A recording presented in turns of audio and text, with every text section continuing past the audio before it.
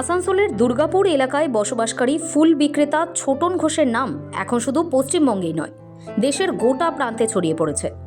Chhoton junk ব্যবহার করে একটি উড়ন্ত ড্রোন ট্যাক্সি তৈরি করেছেন, যা 10 ফুট পর্যন্ত উচ্চতায় উঠতে পারে।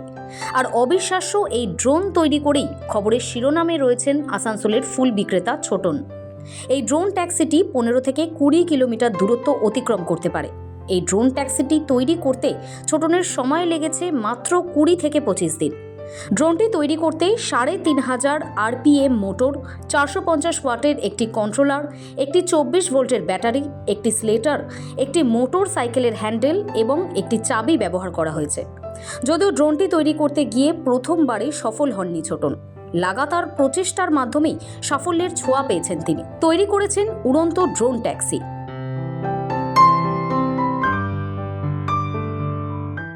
দিন দিন রাস্তায় ক্রমবর্ধমান যানজট দেখে তা থেকে মুক্তির জন্যই ছোটনের এই ড্রোন তৈরির ভাবনা।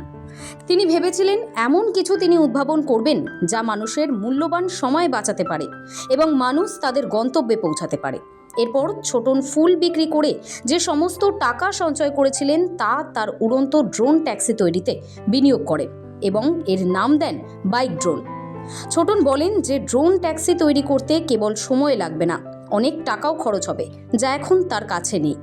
তাই তিনি সরকারের কাছে আর্থিক সাহায্যের জন্য অনুরোধ করছেন এবং বলছেন যে যদি তিনি সরকারের কাছ থেকে কিছু আর্থিক সাহায্য পান তাহলে ড্রোন ট্যাক্সি তৈরি করে তার স্বপ্ন পূরণ করতে পারবেন তিনি। ছোটনের আবিষ্কার দেখে দূর দূরান্ত থেকে মানুষ দুর্গাপুরে যাচ্ছেন এবং তার কারুশিল্প দেখে তার প্রশংসা করছেন। ব্যুরো রিপোর্ট, সময় কলকাতা।